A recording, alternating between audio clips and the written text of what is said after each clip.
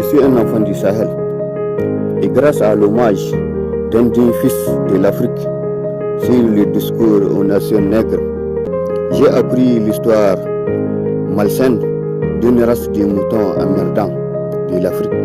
Une race de moutons enragés et tarés qui se sont engagés à offrir leur expertise en matière de la prostitution au néocolonialisme français et européen.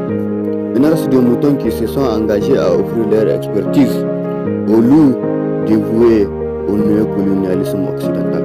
Une race de moutons qui aurait pu former un duo de choc avec l'audace et l'incompétence de Marine Le Pen, celle-là même qui juge les Noirs comme des personnes indésirables dans les paysages parisiens, tout comme dans les paysages du marché de l'emploi français, même si la France moralisatrice a eu la bêtise et la sottise de jouir du commerce triangulaire, même si le pays dit des droits de l'homme a eu la fourberie d'esclavagiser l'Afrique et ses enfants.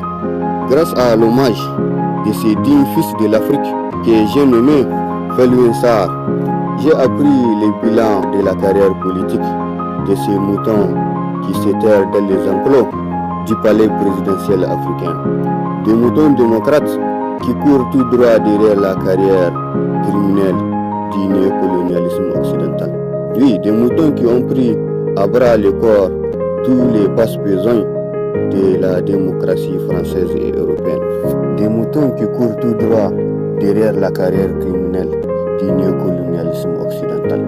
Pendant que les forces de défense et de sécurité du Sahel ne cessent d'essayer des tirs de terroristes armés jusqu'aux dents.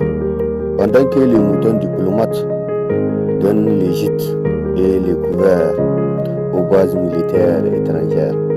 Pendant que des terroristes sans foi ni loi ne cessent de martyriser les forces de défense et de sécurité. Pendant que des terroristes hostiles ne cessent d'être boostés par les reliquats de l'arsenal militaire des loups sauvages qui ont attaqué la Libye pour mettre fin à la vie du Kid libyen. Et aussi